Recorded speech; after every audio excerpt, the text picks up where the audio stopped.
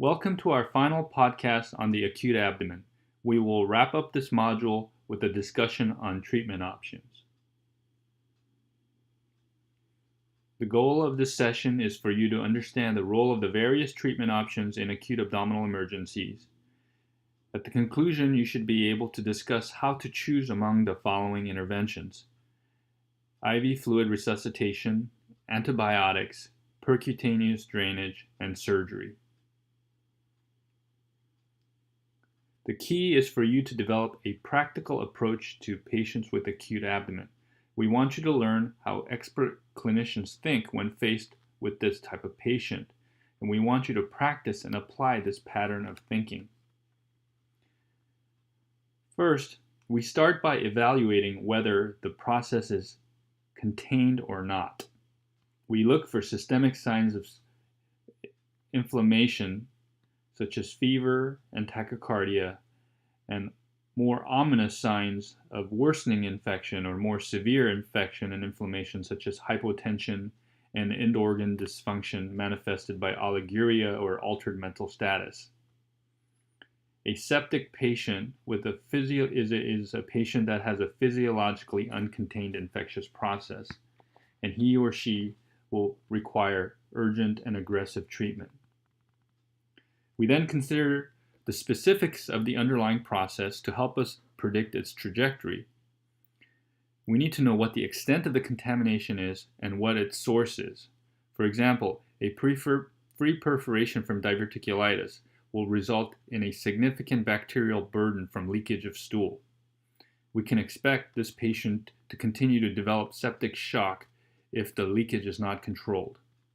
On the other hand, a patient with acute cholecystitis would have a source of contamination that is limited to the infected bile in the gallbladder, and these patients would not necessarily be expected to have a rapid deterioration.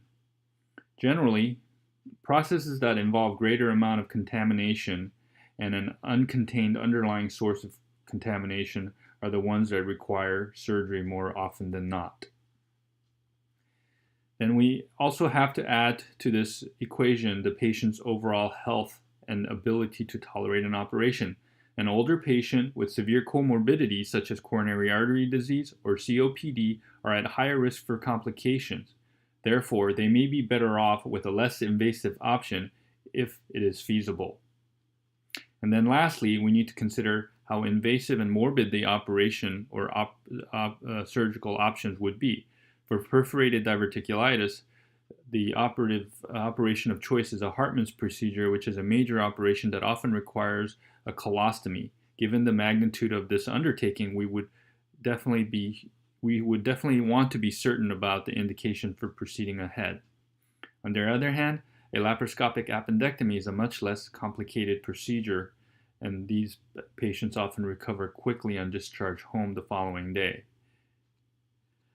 In addition to the inherent risks of the operation, we all have also seen how the phase of inflammation will alter its risk and difficulty. The duration of the inflammation is also an important consideration to determine the risks of choosing an operative intervention.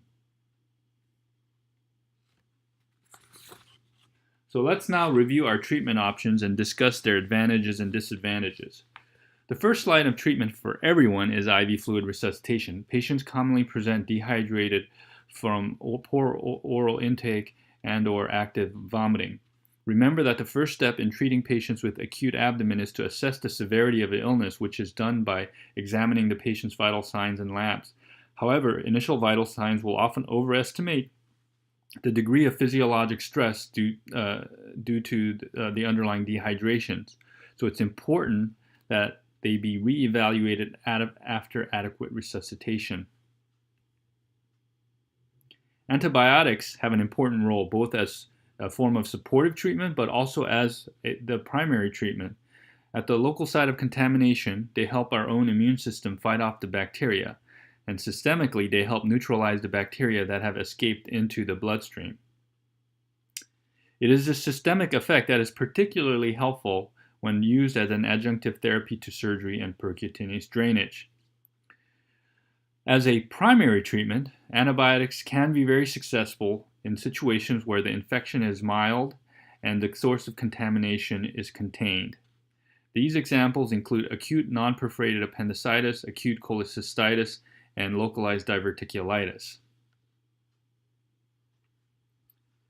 However, antibiotics are limited for larger burden of contamination, and more specifically, they are not as effective in cases where there is abscess formation.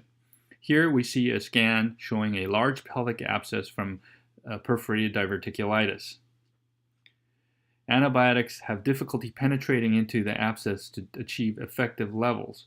So treating a patient like this with antibiotics is either unlikely to be effective or require prolonged antibiotics and would be a much slower process to resolution.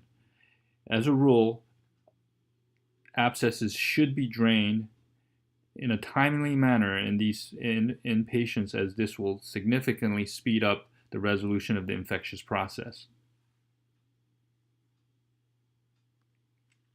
Here you can see the entire process of the percutaneous drainage from the previous slide. In the middle is the needle, which is used to access the abscess cavity, and then a drain is placed through using a Sulginger technique with the wire.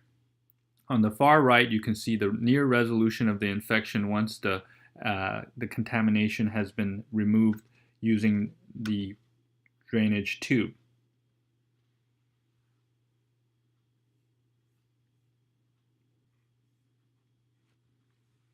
So as you've seen, percutaneous drainage can dramatically decrease the degree of contamination and help turn the tide of the battle against the infection. Its main advantage over surgery is that it is less invasive, but its main disadvantage is that it is less definitive and depends on the source of and its effectiveness depends on the source of contamination. So in general, it can and is very effective for contained abscesses, but not usually adequate for free perforations. So it's not only the quantity of the contamination that can make percutaneous drainage ineffective, but actually the physical consistency of the source of contamination. The CT scan on the left shows an infected pancreatic necrosis, which essentially has a consistency of thick, solid stool. This contaminant is not going to be effectively drained and can unfortunately only be removed surgically. Another common source of this type of undrainable contamination is dead bowel from ischemia.